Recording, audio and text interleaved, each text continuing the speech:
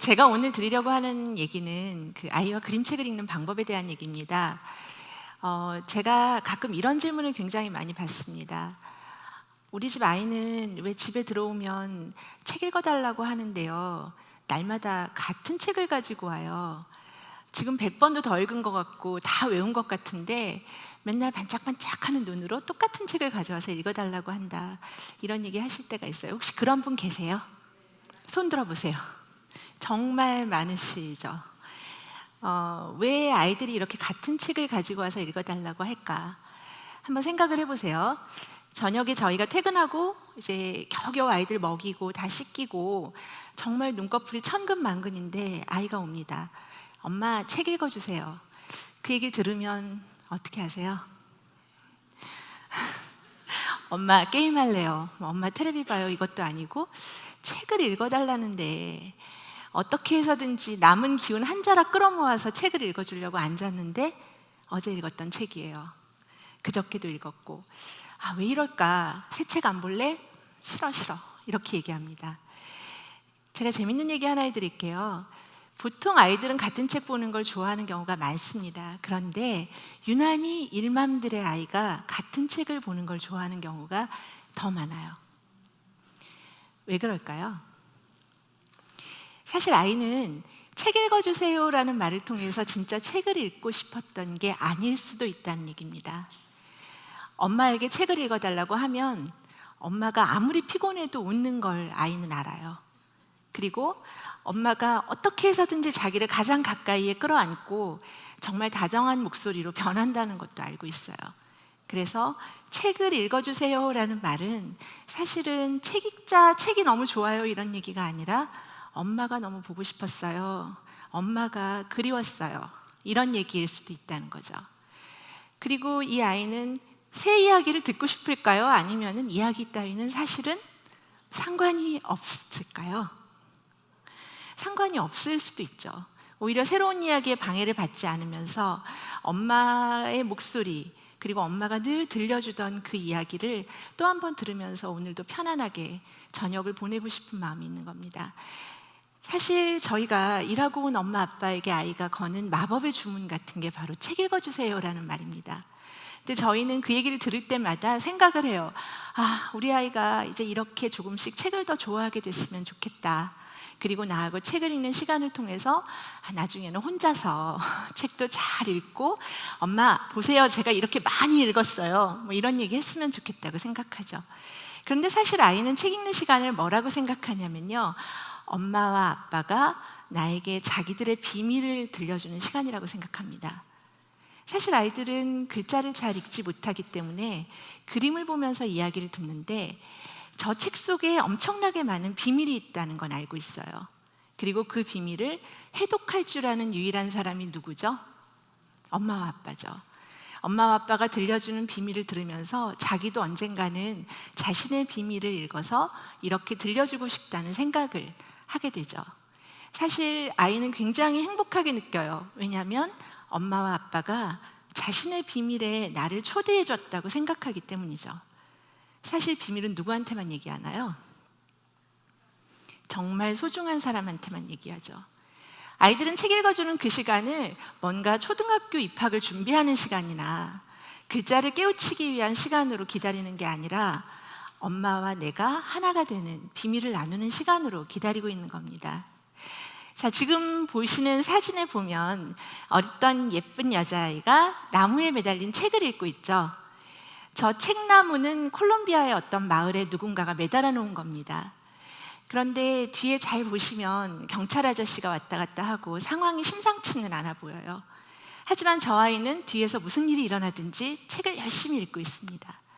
저렇게 열심히 책을 읽게 만드는 과정 속에 누가 있는가? 그 아이가 저렇게 될 때까지 함께 책을 읽어주었던 어떤 사람들이 있는 거고, 바로 그 사람이 엄마와 아빠일 가능성이 제일 높습니다. 자, 그러면 어떻게 읽어주면 좋을지 한번 이야기를 나눠보겠습니다. 자, 그림책 읽을 때마다 고민하시는 부분이 있을 텐데요.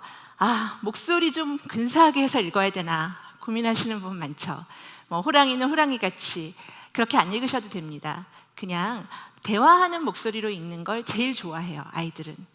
그리고 인위적인 목소리나 녹음된 목소리에서는 그 엄마라는 사람을 느낄 수가 없기 때문에 그냥 보통 때 말하는 목소리를 읽으시면 되고요.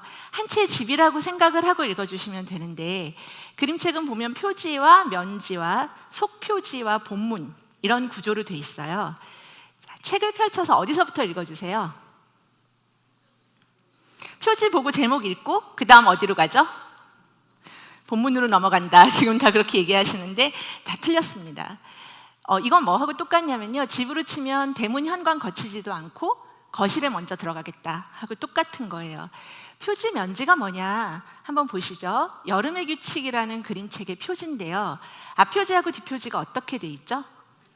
연결돼 있어요. 그래서 전체가 하나의 큰 그림입니다. 자, 이런 책을 반으로 접어서 앞표지만 보면 책의 표지의 절반만 감상하는 게 되죠. 모든 책이 이런 건 아니고요. 이렇게 고슴도치 X와 같은 책은 앞표지와 뒷표지가 다르죠. 이런 건 앞대문, 뒤로 나오는 문이 다른 책입니다. 그래서 고슴도치 저 작은 빨간 아이가 마지막에 저 숲에서 어떻게 빠져나오는 얘기겠죠. 표지를 읽는 것부터가 차이가 있어요. 그리고 보시면 줄넘기 요정은, 자 이제 퀴즈 낼게요. 연결된 표지인가요? 분리된 표지인가요? 연결된 표지죠. 저런 표지는 반드시 펼쳐서 꼭 같이 읽어보시는 게 시작입니다. 그리고 나서 넘어가면 면지라는 데가 있는데, 이 책의 주인공은 면지에서부터 나오네요. 자, 그러면 이 주인공 안 만나고 본문으로 가면 안 되겠죠. 그리고 주인공 만나고 본문으로 넘어가려고 그랬더니 현관문 같은 속표지가 있고요. 거기에 이 책의 이야기에 대한 굉장히 큰 단서가 담겨 있습니다. 다 놓치고 글자가 안 나오는구나, 글자 나오는 데까지 가자, 이렇게 가면 다 놓치고 가는 거죠. 그리고 보시면 이게 마지막 면지인데요, 아까 시작할 때 소녀로서 줄넘기를 하던 주인공이 할머니가 되는 마지막 장면입니다. 이야기는 이런 식으로 기승전결, 집에서 나오듯이 이렇게 전개됩니다. 제일 많이 힘들어하시는 게 바로 글자 없는 그림책 읽는 문제예요. 아빠한테 책 좀 읽어주라고 설거지하면서 부탁했더니, 야, 이 책에 글자가 없다, 어떻게 읽으라고 그러냐, 이런 경우 많고요. 사실 제 대답은 항상 그런 거죠. 나도 어떻게 아냐, 나도 모르니까 당신이 지어서 읽어라. 글자 없는 그림책 읽기는 어렵지 않아요. 왜냐하면 그냥 제 마음대로 읽으면 되니까. 그런데 어떻게 읽냐면 그 그림에 숨어있는 단서를 해독하는 탐정이 된 기분으로 읽으면 됩니다. 그리고 만약에 아빠가 한 가지 이야기를 읽었고 엄마가 읽었고 아이가 읽으면 한 권의 책이 몇 가지 얘기가 될까요? 3가지 얘기가 되죠. 그리고 이렇게 양철곰 같은 책에서는 소녀는 아이가 역할을 맡고 양철곰은 엄마나 아빠가 역할을 맡아서 대화극처럼 읽어도 재미있어요. 자, 이제 그림책에 대한 일반적인 통념이나 오해 몇 가지에 대해서 한번 퀴즈를 내보겠습니다. 잘 알려진 그림은 좋은 그림책 그림이다 라고 생각하시는 분 손 들어보세요. 자, 이 그림 한번 보시죠. 잘 알려진 그림은 어느 쪽인가요? 네, 피노키오에 대해서는 대부분 다 이제 명작 동화라고 알고 계시는데, 원작은 이탈리아의 콜로디라는 마을에서 시작됐습니다. 이탈리아 콜로디 마을의 정경을 잘 담고 나무로 된 인형 피노키오의 질감을 잘 살린 그림은 어느 쪽이죠? 네, 그림책은 우리 아이가 누리는 첫 번째 예술품이면서 가장 저렴하게 내가 소장할 수 있는 원화라고 생각하시면 돼요. 아이들은 너무 어렵지 않을까 걱정 안 하셔도 됩니다. 왜냐하면 그 아이들도 알아요. 어떤 것이 이야기의 진짜에 더 가까운가를 알죠. 다음 그림 한번 보시죠. 자, 잘 알려진 건 어느 쪽이죠? 그러면 이 그림책만을 위해서 그려진 그림은 어느 쪽일까요? 그렇죠. 왜냐하면 오른쪽 그림은 그 애니메이션을 위해서 만든 그림이어서요, 수천 수만 컷 중에서 한 장을 그냥 잘라낸 그림입니다. 사과로 치자면 기계로 완전히 편을 떠가지고 얇은 한 조각이에요. 그런데 낸시 에컨 버커트의 백설공주와 일곱 난장이는 저 그림책만을 위해서 그려진 그런 백설공주입니다. 저게밖에 없고요. 보시기에도 누가 더 백설공주의 느낌을 갖고 있나요? 눈처럼 흰 피부와 검은 머리, 느껴보시라고 제가 말씀드리는 거죠. 자, 두 번째 질문 드릴게요. 옛 이야기는 대부분 거기서 다 거기다라고 생각하시는 분 손 들어보세요. 이제 손 잘 안 드시죠? 또 틀릴까 봐. 그런데 옛 이야기는 그렇습니다. 많은 분들이 토끼전 한번 읽었으니까 되지 않아? 전집으로 대략 가격 맞춰서 사야지, 빌려다 봐야겠다, 물려준다는데 그렇지 않아요. 옛 이야기는 같은 설화이면서도 수십 가지의 다른 판본이 나올 수 있는 게 옛 이야기의 특징입니다. 지금 보시면 권문희의 깜빡깜빡 도깨비는 홍영우의 정신없는 도깨비라는 근원설화에 가장 가까운 그림책의 7년 뒤에 새로운 버전이에요. 그래서 주인공인 도깨비와 어린이를 굉장히 우정이 아주 깊은 친구로 재해석해서 아이들에게 원래는 인간의 꾀로 도깨비를 괴롭히고 뭔가 이익을 얻는 이야기를 완전히 바꿔놨습니다. 그래서 두 도깨비와 어린 소년이 얼마나 다정하고 끝없는 우정을 나누는지에 대한 얘기가 되죠. 그러면 같은 책이 아닌 거죠. 두 가지 다 읽어봐야겠죠. 옆집 아이가 잘 읽은 책은 우리 아이도 잘 읽을 책이다. 이건 다 아니라고 하시네요. 실패의 경험이 있으신가 봐요. 근데 실제로 그렇습니다. 어머님들께 여쭤봤을 때 어떤 책을 제일 많이 사세요? 그러면 옆집 애가 잘 읽었다는 책을 삽니다. 이렇게 얘기하세요.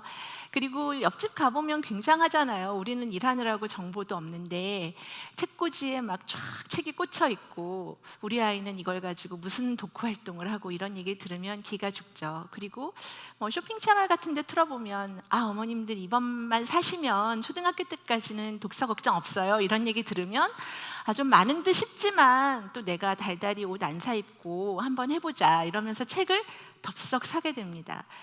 제가 지금 오늘 드리는 말씀은 절대 그렇게 하지 마시라는 거고요. 괜히 우리가 죄책감에 시달릴 필요가 없어요. 왜냐하면 책은 많을 때 더 잘 읽을까요? 적을 때 더 잘 읽을까요? 적을 때 더 잘 읽죠. 그리고 한 권 한 권 모아갈 때만 내 책이 됩니다.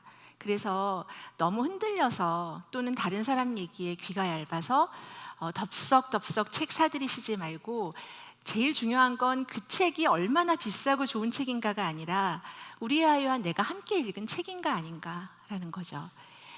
보시면 책의 크기가 다 달라요, 원래. 그런데 전집을 만들거나 싸게 이렇게 저가에 판매하는 많은 책들은 뭔가 조정을 거치게 되겠죠. 저희는 한 권 한 권 아이가 좋아하는 책을 모아볼 수 있으면 좋겠습니다. 자, 어린이 책은 어린이만을 위한 책이다. 어떻게 생각하세요? 아니죠. 저는요, 여러분들께서 동화책을 반드시 아이보다 먼저 읽어보셨으면 좋겠어요. 한 번만 먼저 읽으시면 다시 읽어줄 때의 느낌과 처음 그 책을 읽을 때의 느낌이 완전히 달라요. 그리고 엄마가 한 번 느끼고 나서 읽어주는 책은 아이도 압니다. 엄마가 굉장히 재미있어 했구나. 그래서 저렇게 들려주고 싶어 하는구나. 그리고요, 저는 그건 아이에게 잘 읽어주기 위해서가 아니라 사실은 내가 행복하기 위해서 꼭 먼저 읽어보시라고 말씀드리고 싶어요. 사실 동화는 굉장히 많은 사람들에게 상상 친구를 만들어주는 역할을 합니다. 어렸을 때 우리는 그 친구들의 힘으로 살아가는데요. 나이가 들어서 그 친구들을 다시 불러요. 너무 힘들 때면 그때 빨간머리 애니 나한테 이렇게 얘기했었지. 저 같은 경우는 아이하고 책을 읽으면서 알도라는 그림책 속의 친구를 만났는데 이 친구가 저를 정말 많이 위로해 줬어요. 책에 그런 구절이 나옵니다. 알도는 언제나 내 곁에 있을 거야 라는 구절이 나오는데 눈물 나고 속상하고 울면서 애 찾으러 가고 이럴 때마다 그 구절 생각했어요. 엄마가 언제나 네 곁에 있을 거야. 그리고 알도는 우리 곁에 있으니까 걱정하지 마라.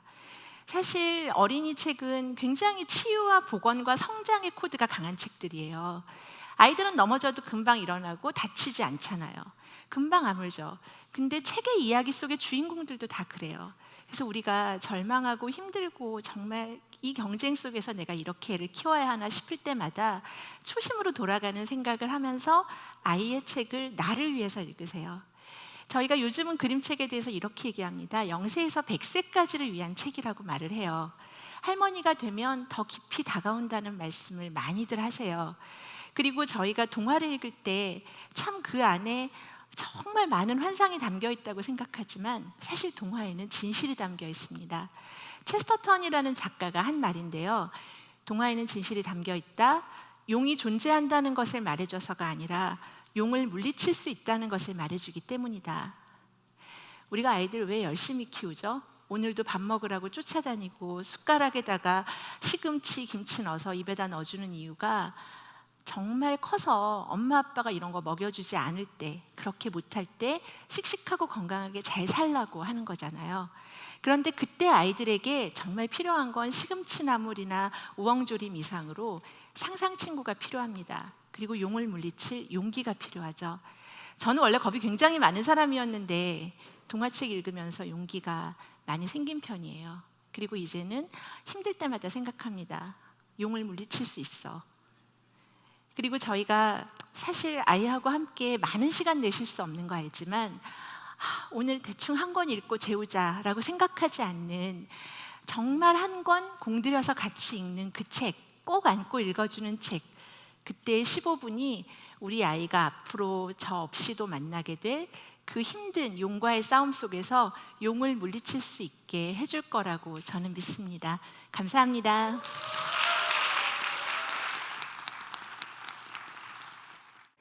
옆집 아이가 그림책 수천 권을 읽든 말든 그건 중요하지 않겠죠. 열심히 일한 당신과 사랑스러운 당신의 아이가 오늘 밤 함께 책을 읽는 15분, 그 시간을 잊지 않고 지키신다면 아이의 가슴속에 영원한 상상친구가 만들어질 수 있을 겁니다. 그리고 아마 무서운 용도 다 물리칠 수 있겠죠. 매일 행복한 일맘을 응원합니다.